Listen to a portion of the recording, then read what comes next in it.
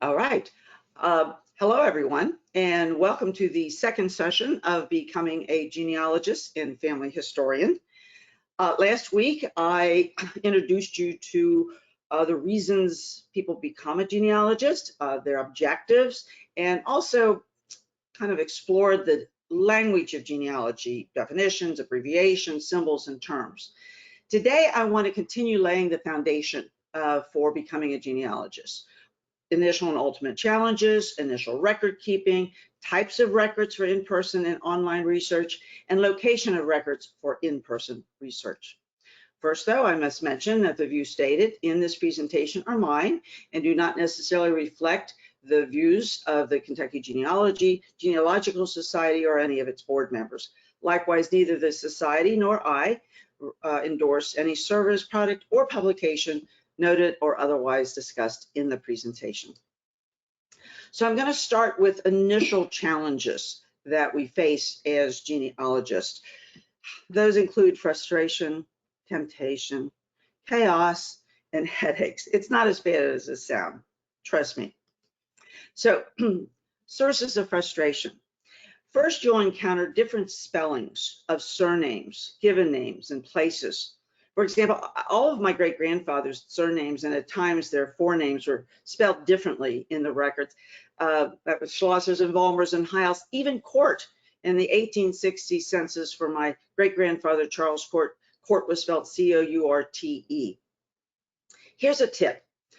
Use an asterisk wildcard, which can be substituted for characters in the name. So if you put in R-O-B asterisk S-O-N, that will pull up Robson, and Robertson. Second, you will encounter name changes and adoptions.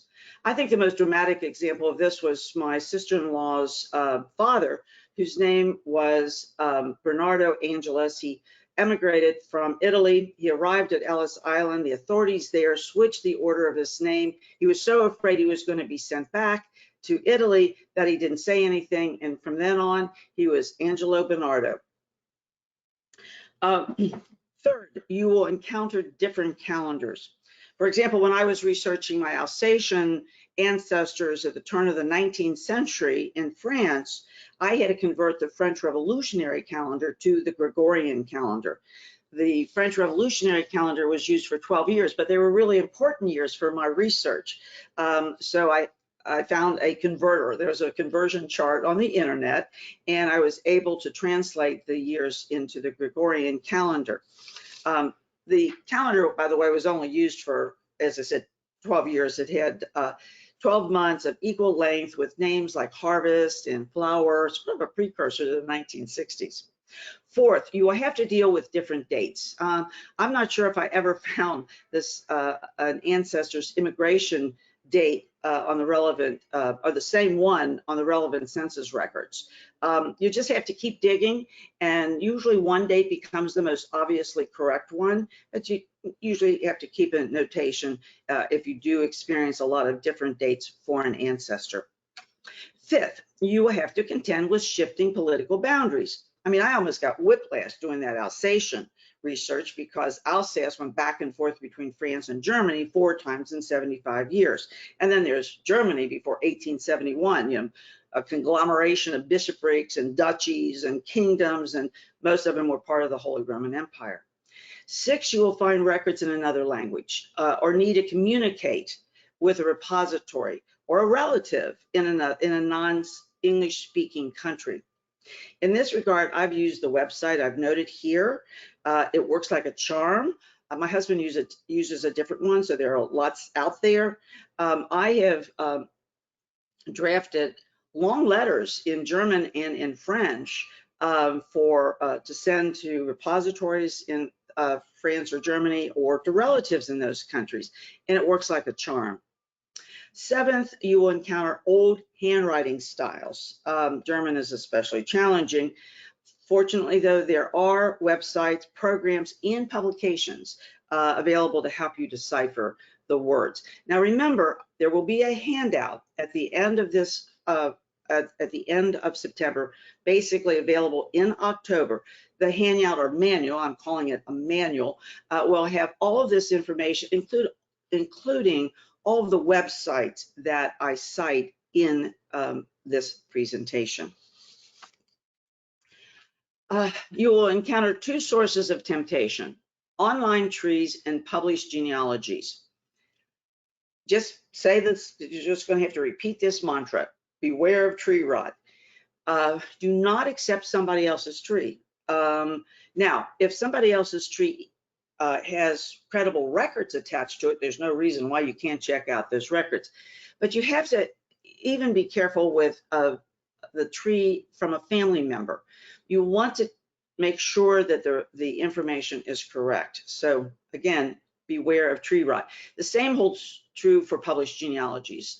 I did a research in June at the Library of Virginia in Richmond about my sixth degree great-grandfather, Dabney Pettis. I found so many different genealogies about his family, which apparently was somewhat prominent in the BCA, British Colonial America. I brought all of it home. I haven't had time to really go through it, but what I have looked at so far, I know that there are conflicts in this material. So I am going to have to weed through it and find out what looks relevant, what looks right, and then I'm going to have to confirm it. Sources of chaos and headaches: focusing your research on more than one branch at a time, chronicling more than one branch at a time. When I got into genealogy, my goal was to write the magnum opus of my family, my mother and my father, going back as far as I could, going sideways as far as I could, going forward as far as I could. I was going to write this story about and I absolutely adored my parents, about my mom and dad. Okay, when they took me out of the straitjacket, I decided just to focus on one branch at a time. And to that end, I divided up my research into 4 branches represented by my 4 sets of great-grandparents. That works for me. You may find a different organization works for you. My point here, and this is the second time that I've given you this piece of advice, do not try to do too much at the same time. Don't spread yourself out over many branches at the same time, because it can get very confusing. The ultimate challenge that we will face is getting it right. Now, to that end, you need to know the difference between information and evidence. So information is simply a set of facts found in a particular record: birth, death, marriage. Evidence is key information found in records relevant to the solution of a genealogical problem. Last year, I had a genealogical problem. Did the Central Hotel, run by my second-degree great-grandparents, Mary and John Summer and their sons, was it located on the east side or the west side of Pike and Washington Streets in Covington, Kentucky? Now, the reason that this was of interest to me, one, I wanted to know where it was located, but the buildings on the east side and the west side of that corner are still standing. And so I really wanted to know which one of those buildings was the Central Hotel, which, by the way, was one of the several railroad hotels in Covington in the middle to the end of the 19th century. My ancestors' hotel was right across the street, right across Pike Street from the original C&O railroad depot, and hence why it was a railroad. By the way, the answer to that I found through the Sanborn fire insurance maps. Oh my God, I could do a whole session on the Sanborn fire insurance maps. Anyway, I discovered the answer, and the answer was west side. Even when evidence is available, it may not be easy to interpret and analyze. For example, correct interpretation requires consideration of such factors as the difference between the old Julian calendar and the modern Gregorian calendar, the creation of new counties and parishes, changes in boundary lines between countries, I mentioned Alsace, and counties. Let me give you an example. I think this really demonstrates this issue. If a family lived in Mason County, Kentucky from 1750 to 1800 and remained on the same land during that period, the genealogist would begin his research in the Mason County Courthouse. Then from there to Bourbon County, from which Mason was formed in 1789, and from there to its parent county, Fayette, also in Kentucky. Fayette was one of the 3 counties formed from the short-lived Kentucky County, 1777 to 80, which was the child of another short-lived county, Fincastle, 1772 to 77. Fincastle's parent was Botetourt County in Virginia, formed in 1770 from Augusta County, Virginia. Thus, the historian of our hypothetical Mason County family must examine the records of 3 counties in 2 states, Mason, Bourbon, and Fayette in Kentucky, and Botetourt and Augusta in Virginia. Getting it right also entails using the GPS, and I'm not talking about Google Maps now, but rather the genealogical proof standard, which was compiled by the Board for Certification of Genealogists. The purpose of the GPS is to show what the minimums are that a genealogist must do for his or her work to be credible. There are 5 elements to the genealogical proof standard: reasonably exhaustive research, each statement of fact, complete and accurate source citation, evidence is reliable, skillfully correlated, interpreted, any contradictory evidence has been resolved, and the conclusion has been soundly reasoned and coherently written. Any proof statement obviously is subject to reevaluation when new evidence arises. In a few minutes, I am going to talk about the types of records that you're going to start looking for in your initial research. Last week, I talked about generally what a genealogical record is, and then I'm going to, as I said, shortly talk about the types of those records. But first, I want to talk about initial record keeping. Most genealogists begin recording or capturing their research on paper. And for that purpose, there are ready-made forms, which I've listed a few on the left here, examples of ready-made forms and where those forms can be found. But let me show you some and where they come from. And all of these forms are free. You can print them out or you can download them from the sources that I'm going to note. First, we have 2 from Ancestry.com, and you don't need a subscription to Ancestry to download or print these forms from the Ancestry.com website. So an ancestral chart and a research calendar. From archives.gov, also free. Of course, your taxpayers' tax money at work here. An ancestral chart in this really cool family tree, which I think would work beautifully if you have a student in your family who needs to do a family tree for a school project. From FamilySearch.org is a family group record and a pedigree chart. You do not have to have an account with FamilySearch.org to download or print out these forms. Likewise, you don't have to subscribe to American Ancestors, which is the website for the New England Historic Genealogical Society, which does cost otherwise. You can go to this site and you can download or print out these forms. Now I want to show you a really cool one. This one you can download or print from the Library of Congress. It's a Currier and Ives print from 1871. I think this would really look cool in a family picture book or a story or a history of a family. I love this one. Or you can create your own. Now, this one is I created, but I can't take credit for the concept. The concept came from someplace else. I just modified it to meet my purposes. When you start into your genealogical research, you are going to use census records. They are going to give you the kind of the basic information for your family tree. And what you want to do when you find a census record, and they're very easy to find, they're available free, they're available online, they're available. And I'm going to show you all the different places you can find census records. You are going to want to mine those records for everything you can. Every piece of information in those records about a family you want to record. Now,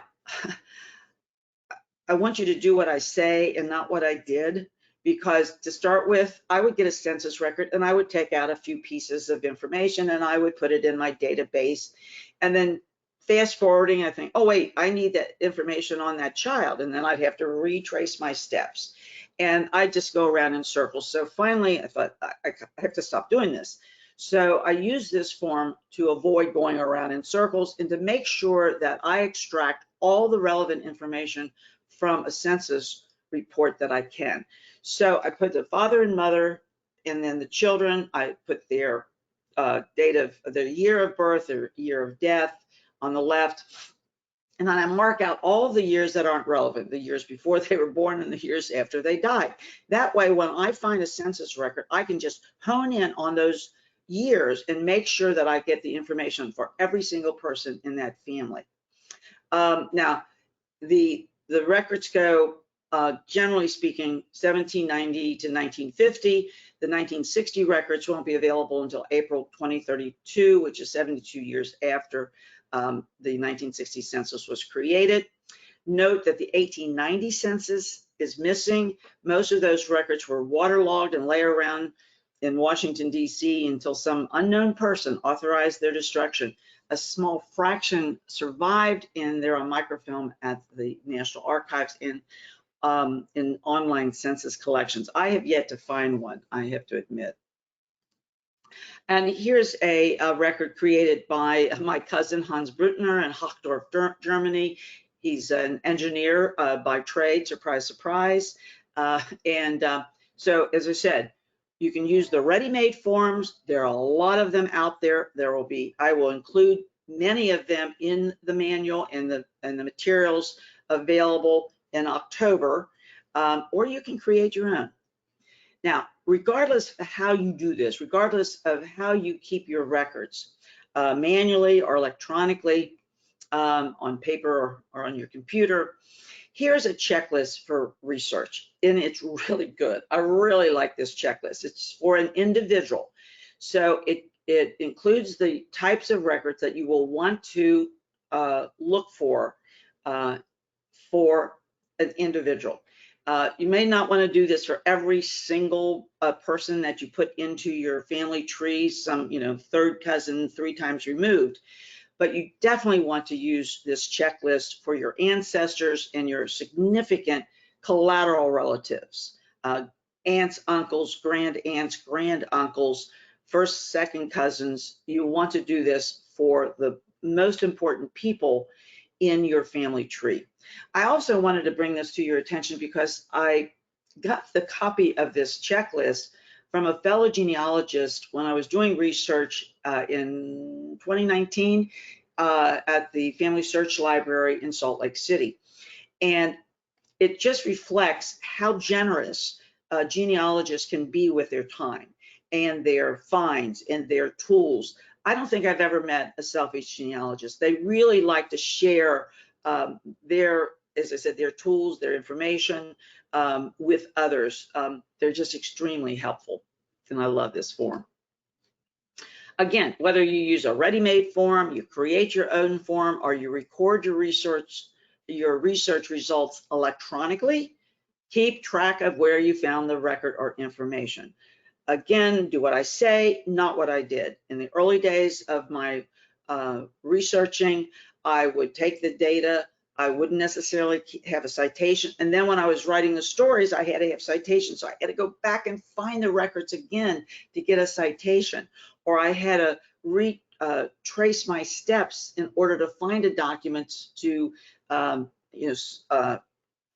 pick up information that I forgot to get, or I copied something down that didn't make any sense. So I had to go back to the original record to see what the original record said. So keep track of where you find your information and be sure to keep your record citations to the records which you use. Somebody, I don't know who, said that genealogy without sources is mythology. All right, are you ready? Now I'm gonna talk about records, the types of records that you are going to want to look for. the very first records will be your own records, the family records. In fact, you start with yourself when you create a tree. You just put yourself in the tree. There you are with your birth date and place of birth, and you put yourself there, and then you'll go up and over and down, up and over and down. It's sort of like an exercise, up, over, down. But you start with yourself. You talk to the oldest people in your family. You interview other family members. And I will have in the October package, I'm just going to call it the October package, I will have a list of questions that you can ask to your family members. You seek out cousins, especially second cousins, and you all know how much I love second cousins. And then you start collecting the family records. Everything from family Bibles, letters, postcards, photographs, wills, diplomas, school records. I have a whole list here. Let me just mention one thing about the lists that I provide throughout these presentations. No list is going to be exhaustive. I'm hoping that the lists that I give you for various topics are comprehensive, but I'm not promising exhaustive lists. So they're fairly comprehensive, or they're at least illustrative. So this is a list here of the types of records that you're going to want to look for in your family. You will also want to review what's already been done. That includes others, families, trees. I'm not putting them down. You want to look at your other family members' trees. And you're also going to look for the stories that they may have written or the histories they may have compiled. I'm going to tell you a little story here. I have two cousins who wrote the most beautiful story about their family, their mother's family, their father's family, their children, their grandchildren. I was only interested in their mother's family. So I was interested in that part of the story they wrote about her. Well, this book, which they put together, was typed. This was before they had computers. Nothing was backed up on a hard drive or any drive. And so the book was maybe about 1.5 inches thick. So I was visiting one of the cousins who had a copy of this book, and I said to her, I'll just go over to the mall and get a copy of it made, or just the pages that I was really interested in, and I'll be right back. And she said, oh, no, you can't. No, you cannot take it out of my house. So, okay. So while she took a nap on her couch, lovely, lovely lady, I sat at her kitchen table and I took a photograph of every single page of that book that was relevant to my research. So I mention this just to tell you how valuable smartphones are for photographing documents, recording interviews. You can turn them into a scanner and create PDF documents. There's a bunch of apps that are available for that purpose. You can search for them online. And even the camera can magnify text. And if you can see this, this is a magnifying glass. We always had to carry a magnifying glass with us into a library or into a courthouse because we were looking at paper records, and sometimes we needed a magnifying glass. Not anymore, not if you have a smartphone. You also want to separate fact from myth in family stories. I love lore, and I use lore in my stories and my history. And basically, when I say lore, I'm talking about the stories that are repeated generation after generation in a family, which will really contribute to the fabric of a family story, to the fabric of the family itself. But you also have to kind of put some of it aside. I had one cousin who said we were descendants of reindeer herders in Latvia during the Middle Ages. I decided not to include that one in my story. You're going to start recording this data that you've collected from your family. You're going to create your family tree. That will enable you to find the holes in that tree. So you're going to identify questions, and you're going to craft a plan before venturing out. So what type of records are you going to be looking for? What are the types of records? Well, there are public records and there are publicly available records. I'm going to start with the public records. Those are the records that are created by a government agency at the national level and at the state and the local level. So on the left here are the federal records. Right at the top, U.S. Census records. And then there's military records, federal land records, Social Security applications, naturalization records from the USCIS, ship manifests. Love ship manifests. On the state and local side, there are the vital records: birth, marriage, and death. Okay, again, these are going to be the core of your family tree. Then other, what I would call primary records: probate, guardianship, deeds, tax, divorce, coroner reports, adoption reports, prison records. There are also state census records for some states, not very many. Kentucky is not one of them, by the way. New York did have a state census from 1790 to 1925.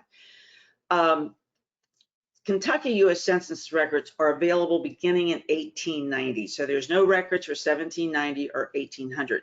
There actually was a U.S. Census taken in Kentucky shortly, a few months after Kentucky became the 15th state in the Union. So it was done in like the middle of 1792. However, those records in the 1800 records were destroyed when the British burned the Capitol during the War of 1812. So the Kentucky U.S. Census records start in 1810. However, Kentucky has really good tax records from that period, and they can be used as an alternative in your research. Okay, now there are publicly available records: church, funeral home, cemetery, manuscript, newspapers, periodicals, city directories. Love city directories. They'll fill in all kinds of information for you between census, you know, where your family lived and what the occupation of family members were. But I tell you, one of the biggest, best records that I found was in a railroad newsletter, railroad company newsletter, and I've got it pictured here. And the picture of the man on this is J.J. Sullivan, and he was my friend for whom I was writing her father's story. J.J. Sullivan was her grandfather, and I knew about his father, whose name was Daniel Sullivan, and I knew Daniel came to Covington in the 1850s. But I didn't know anything else about it. Well, I knew who his wife was, and I knew his children's names, but I didn't know anything else about Daniel. In this railroad newsletter, railroad company newsletter, I found this article. It was a feature article. It was really good, and it described how Daniel, my friend's great-grandfather, had arrived in Covington with his father, Roger Sullivan, and his two siblings around 1850. So now I had my friend's great-grandfather as well as her great-grandfather, her second-degree great-grandfather, as well as her great-grandfather, and of course her grandfather. So now you know the types of records: public records, publicly available records. You have a sense of what these records are. So where are you going to find them, in person or online? And I'm going to just talk today about where you find these records in person. Next week, we're going to go online. But before you head out, you got to organize your notes so you use your time wisely and efficiently, and you've got to pack a toolkit. Okay, this is a picture of my toolkit. Okay, pencils, pens, markers, even a ruler, because I've been in a library and actually had to create a form on this right there. But the main thing I want to point out to you is the thumb drive there on the right with a little sun around it. Many repositories today have USB ports, and they will allow you to download a document right there in the library or whatever the repository is. This is especially true in the libraries. So it saves you so much time, and it saves you a lot of money because, you know, otherwise you may be printing out copies of the records that you found, so, and of course that costs money. You're printing or Xeroxing them, and usually there's a charge for that. Usually, sometimes not, but usually. Okay, so for in-person research of federal records, these are the primary ones. Again, none of my list is exhaustive, but hopefully comprehensive. So there's the NARA, National Archives, the Library of Congress, and that's a picture of the Jefferson Building of the Library of Congress, phenomenal place to do research. The Bureau of Land Management and the U.S. Citizen and Immigration Services. Now, fortunately, at the federal level, a lot of these repositories have access to digital versions of their records. Not always, not completely, but they do have digital records. I mean, the Library of Congress has a phenomenal digital records of historical newspapers through a website called CROM-AM, Chronicling America. Couple notes about federal collections. Now, Kentucky, this doesn't directly apply to Kentucky, except to the extent that many Kentuckians, if someone has Kentucky ancestors, frequently there are people who move out of Kentucky into the Midwest, and that's where the homestead records are going to be important. And you should know that there's a Homestead National Historic Park in Gage County, Nebraska, which is digitizing the homestead records. There are 30 states involved, and they've digitized 10 states' records to date, so you can access them online for free.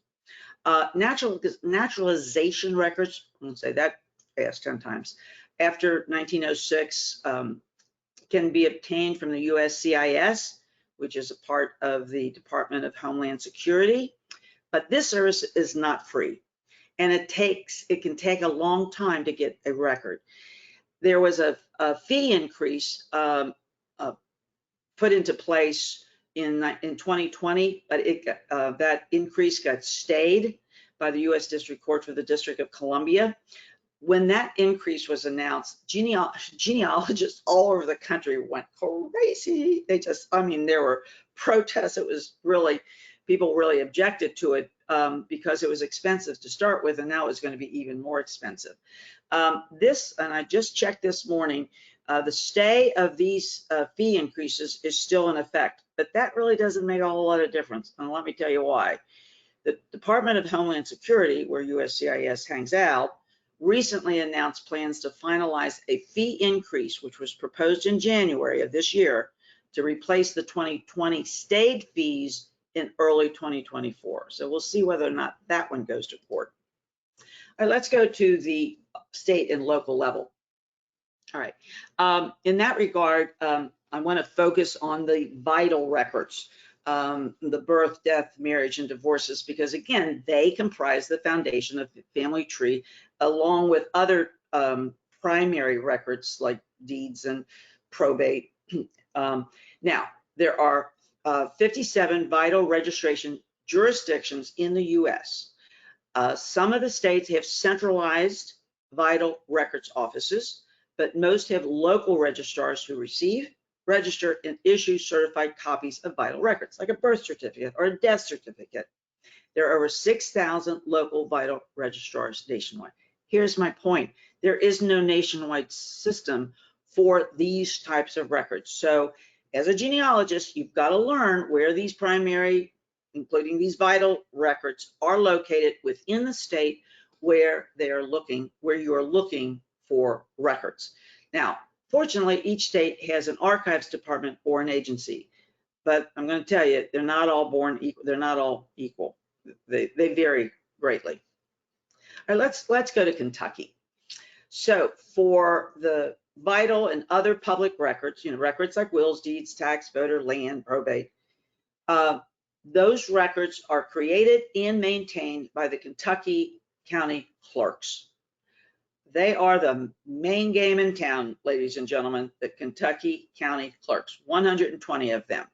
Now, the major exception, divorce records, because these are records of a court proceeding, a judicial proceeding. So those are created and maintained by the county circuit court clerks.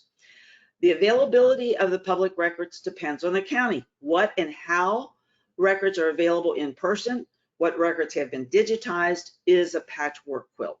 Very quickly, this is the Kenton County, one of the Kenton County courthouses where County Clerk Gabe Sumi oversees the most incredible collection of records.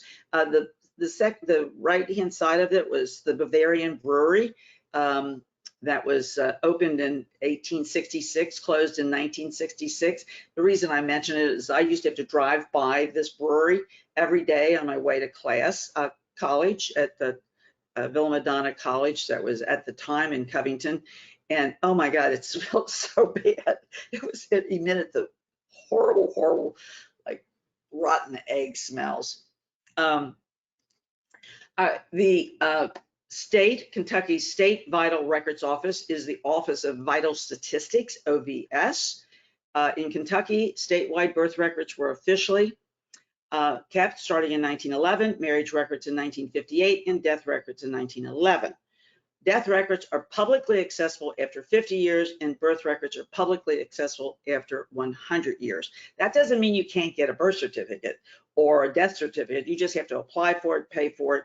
But when I'm saying publicly accessible, it means that after those number of years for death and birth records, they're in the public domain, and they can be digitized by an Ancestry.com or a FamilySearch.org, for example. The Kentucky Archives is the Kentucky Department for Libraries and Archives, the KDLA in Frankfort. It has over 100,000 cubic feet of state, judicial, and local records. And I've listed the types of records, anything from court cases to wills and various land records. Digital records from the KDLA are available online through the Kentucky State Digital Archives, KSDA. However, and this is a big however, this refers primarily to born digital records from the more recent administration. So the KSDA does not include local records that would likely be of most interest to genealogical researchers. There are inventories and guides available online at the KDLA to illustrate what records are available, but you have to research them in person in the research room, or you can request one for a fee, $10 for Kentucky residents, $15 for non-Kentucky residents. Now, there's an offer on the table to the KDLA to digitize all of their county records, which are on thousands and thousands of microfilm reels, and hopefully we'll have good news sometime in the future here about the digitization of those records.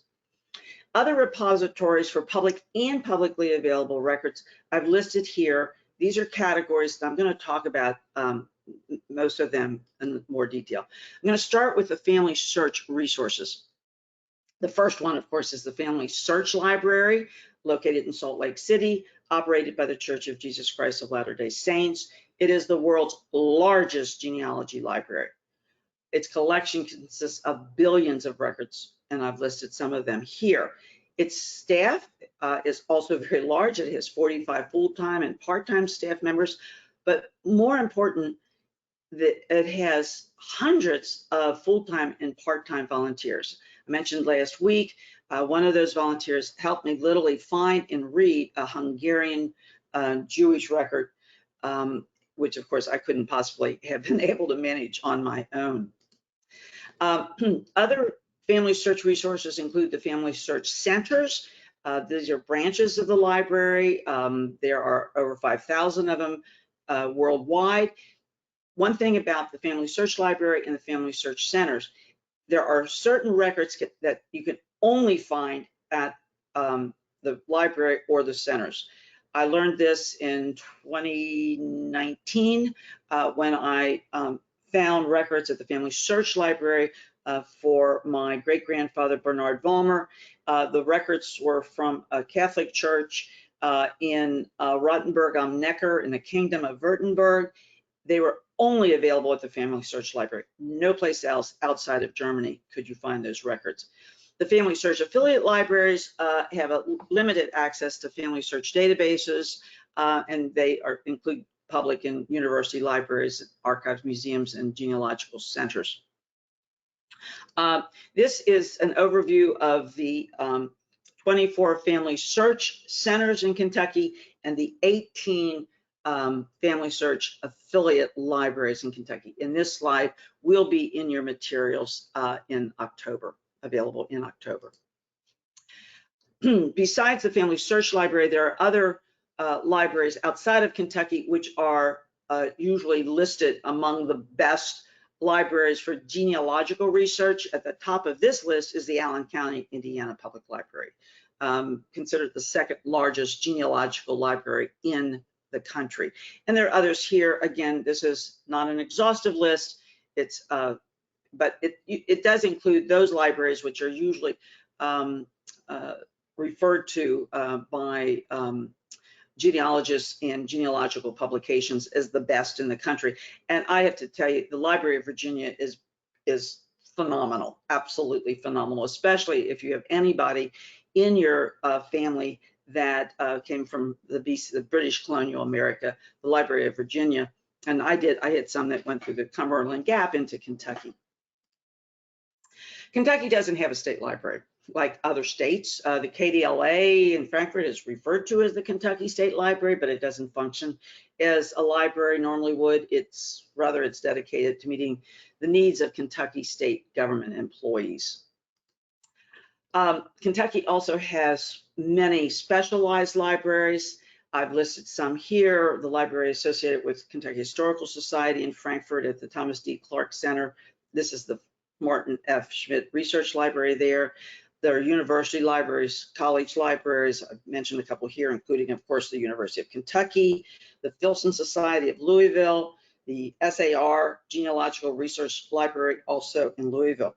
And literally, this is really just illustrative. I won't even call this a comprehensive list. This is just to give you an idea that there are libraries like this out there in Kentucky. These pictures, by the way, which I love, the top one is the Filson and the bottom one is the SAR Library, both in Louisville. The time doesn't permit me to say much more about Kentucky's county libraries than, wow, Kentucky is blessed with great county and local libraries. Many have departments dedicated to genealogy with staff trained in genealogy, besides maintaining, providing access to paper, microfilm, and microfiche records. Many also provide free access to online genealogy databases. And as I mentioned last week, where a local society may not have a brick and mortar facility, they frequently provide a venue for their meetings. Okay, that's Jefferson, Kenton, and Boone, by the way. Okay, there are also genealogical and historical societies at the international level, the national level, and the state level. Very busy slide, I admit. These are a handful of those, including the genealogical societies that surround Kentucky. Again, this will be in your material. Most of these types of societies do not have records. Some do, but for the most part, what they really are good at is telling you where the records are in their states and giving you really good articles and presentations to help you do research in their states. The Kentucky Historical Society does have access to some Kentucky records online and in person. I know that, for example, they have microfilm reels of Kentucky's historical newspapers in 37 counties. So that, but again, that's for in-person research. The Kentucky Gen Society is celebrating our 50th anniversary this year. Really doesn't have much in terms of records. We have a few, nothing that significant, but what we really have, if you're a member, only $20 a year, we have a phenomenal learning library that's available to members of the society. And again, it's only $20 a year. I really enjoy the local genealogical and historical societies. I really have used them a lot in my genealogical research. As I mentioned, some of them have brick and mortar buildings, some of them don't. If they don't, they'll meet at the local library. Most are staffed by volunteers. Some of the larger ones have paid staffs. Here's the main thing about the local historical and genealogical societies. If they don't have records, and some of them do, I mean, I can think one right off the top of my head. I know that Todd County Historical Society, it's not quite called that, but anyway, Todd County, they have records that you can research in person. They know where the records are in the county. They usually have good relations with the local public officials, so they're great resources in that regard. They know their counties. Last year, I had the opportunity of reaching out, actually locating Kentucky's Genealogical and Historical Societies. This was in the effort to publicize our grant program. I had an absolutely phenomenal time. I found 112 societies in the state where there are little dots here. Those are the counties where I couldn't find a local society. If you know of one, let me know, please. But I had such a good time talking to these people because they know so much about their counties, and they just love their communities so much. I mean, I learned from the lady in Adair County that American Revolutionary veterans land south of the Green River. I learned that Johnny Cash and June Carter were married in Simpson County. I learned about coal company records in Pike, blast furnace records in Boyd, steamboat records in Meade. My favorite, though, is when I said to a gentleman to whom I was speaking, "Sir, have a nice day." And he said, "Ma'am, at 87, any day is a nice day." Anyway, anybody on who's listening today, to whom I spoke last year, hello, and thank you so much for all of the help that you and also all of the local societies were so generous with their time when I reached out to them. Let's see if I have time to tell you a very quick story. I had this mystery I encountered in doing this research for a friend. Wrote her father's history. This is the Sullivans. I'm going back to the Sullivans. And the mystery was, why did Sally Byrne Dunn, a widow, she was a widow with 10 children, born in Queens County, now County Laois, Ireland, move with her 10 children from New Brunswick, Canada to DeWitt? Well, and this was in the 1840s. So I kind of figured out why she did that, because I found her brother and her sister, and I tracked them and their families across the country to DeWitt. And then I called the Central Community Historical Society Museum of DeWitt, Iowa, and there were two ladies there who spent over an hour with me talking about DeWitt, about St. Joseph Church, and eventually they sent me all this information about St. Joseph Church, which included information about this family. Again, I can't say enough about how helpful the local genealogical and historical societies can be. So, as I mentioned, the lists I've given you are comprehensive. They're not exhaustive. In some instances, they may just be illustrative. But you also may want to find other repositories for the genealogical records which you need. And in that regard, you need to be aware of navigational guides to these repositories. So there are state and national genealogical guides. There are cheat sheets. But the one source you really need to know about is FamilySearch Research Wiki. Okay, that's a mouthful. I'm going to say it again. FamilySearch Research Wiki, which is the largest online genealogical reference source with over 100,000 articles in English. Okay, again, all this will be in your October package, but I want to show you a page from, whoa. I want to show you a page from FamilySearch Research Wiki. And I want to point out to you that it is not a database to search for records. So you're not going to find the records here. It's just going to tell you what records may be available and where you may be able to find them. So I've got the link here. Again, it will be in your materials. I pulled up a page for Kentucky, Kenton County, to give you kind of an overview of what that would look like.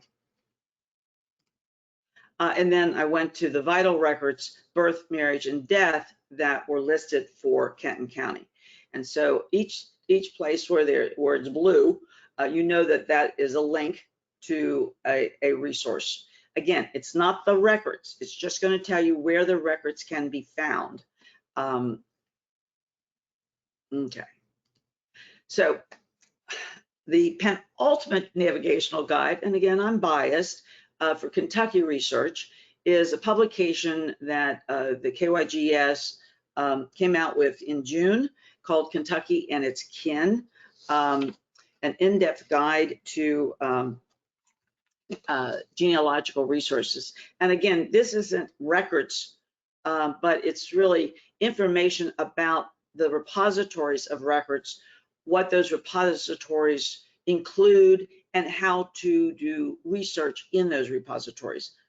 So as I said, I consider this sort of the penultimate guide for Kentucky research. Before I close today, I want to introduce you to one of my heroines. Her name is Mary Louise Hardin Coyne. Mary Louise was born in Covington, Kentucky. She moved to Pasadena, Texas in 1946, where she currently lives. Mary Louise does not own a computer. She has compiled extensive genealogical data without ever going online. She's an expert at getting data in person by visiting courthouses, cemeteries, churches, and libraries, digging through old newspapers, and calling or corresponding with these and similar repositories of genealogical data. I told her one time that she really should be a telephone salesperson, because I figured she can get things out of a county clerk that most people, including lawyers, have to go in person and pay for. I exaggerate, but not by much. I mean, she is incredible how she can get data from people just over the telephone, but she also writes a lot of letters. But more to the point, she keeps meticulous records, and her research is methodical and expert. And my point is very simple. You don't need a computer to be a genealogist.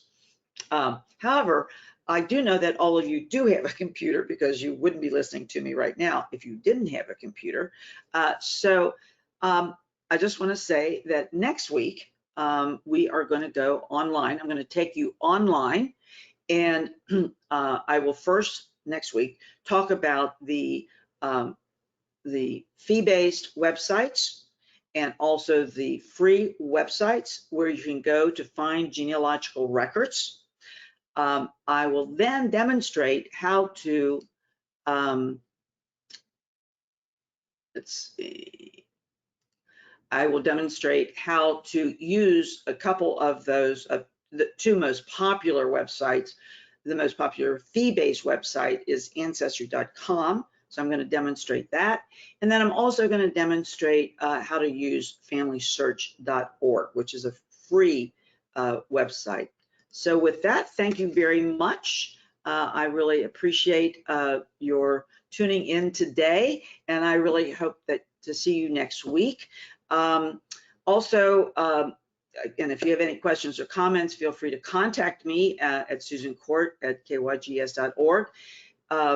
Besides the manual and package, it's really more than a manual, because it's going to have forms and things of that nature that will be available in October. You can view or review this video probably tomorrow afternoon on YouTube. All you have to do is go to YouTube and put in KYGS, and this, among other things, will come up. So thank you. And again, I hope to see you next week.